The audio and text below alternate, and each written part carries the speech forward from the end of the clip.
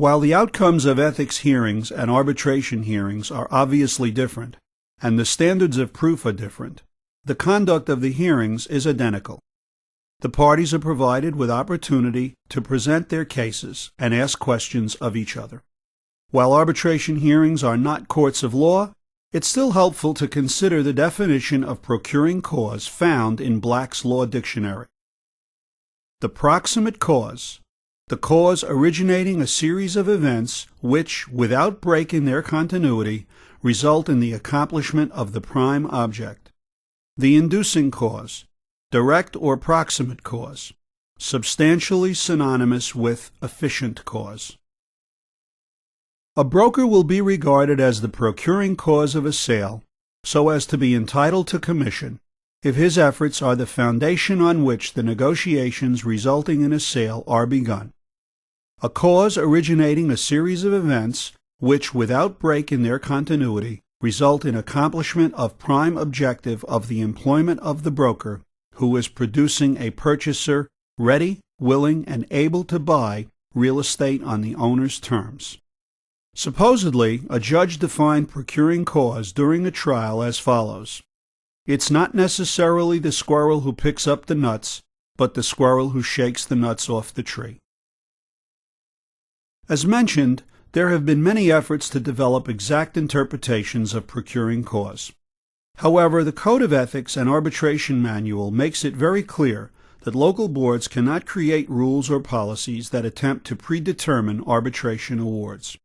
For example, there can't be any rules of thumb that panels must follow, like the first broker who introduces the buyer to the property shall always be the procuring cause, or the broker who produces a signed contract.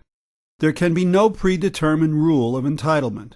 Each panel must consider the entire chain of events that comprise each transaction. So what kinds of issues and questions are raised in arbitration hearings? Let's take a closer look.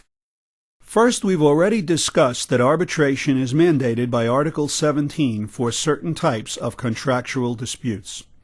There are going to be relationships between the parties.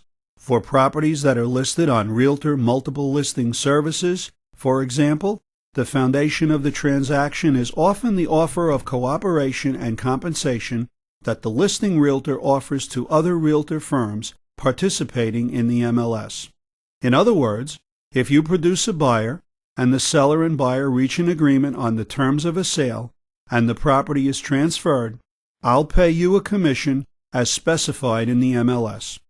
Here is the framework for a contractual dispute, because sometimes there may be more than one agent who asserts that they brought the buyer to the transaction. Let's look at some of the key factors contained in the arbitration guidelines. One of the first questions that is addressed is who first introduced the purchaser to the property, and how was the introduction made? Was it an advertisement, a public open house, a casual comment, the result of an MLS search? Was the buyer actively looking for a property when the introduction took place? Was introduction vital in creating an interest to purchase the property? For example, a buyer may view a property at a public open house and not find the property appealing or of interest. The buyer may then view the property at some point with a realtor who shows the buyer the possibilities of the property and how it can be improved, and that it is well priced.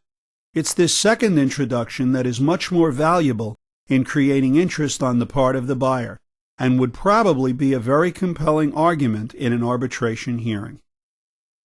Hearing panels must also give equal time to the conduct of the brokers during the transaction. Agency relationships in and of themselves don't determine entitlement to compensation, but certainly a realtor's conduct in the context of fulfilling their agency obligations will factor into the panel's decision-making. Let's think back to Fred's conduct when working with Ms. Rose.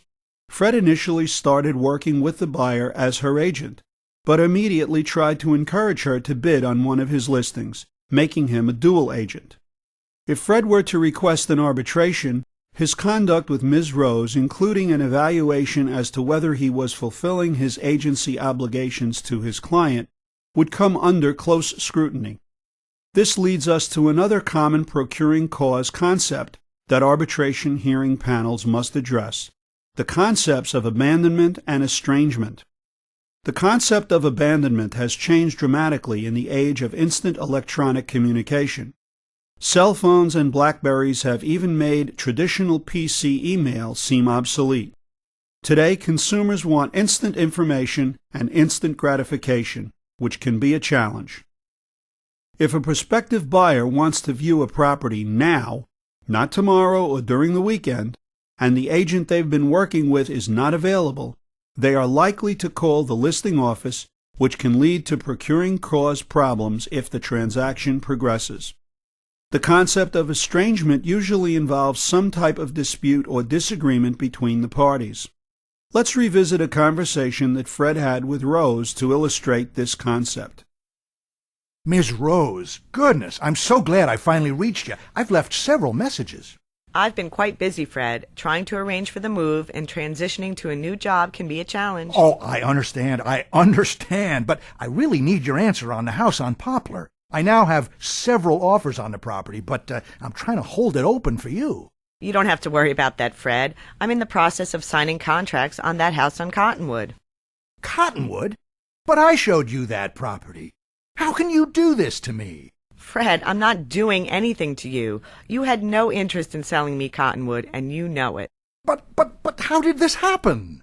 Quite frankly, after our last conversation, I became distrustful of your motivation.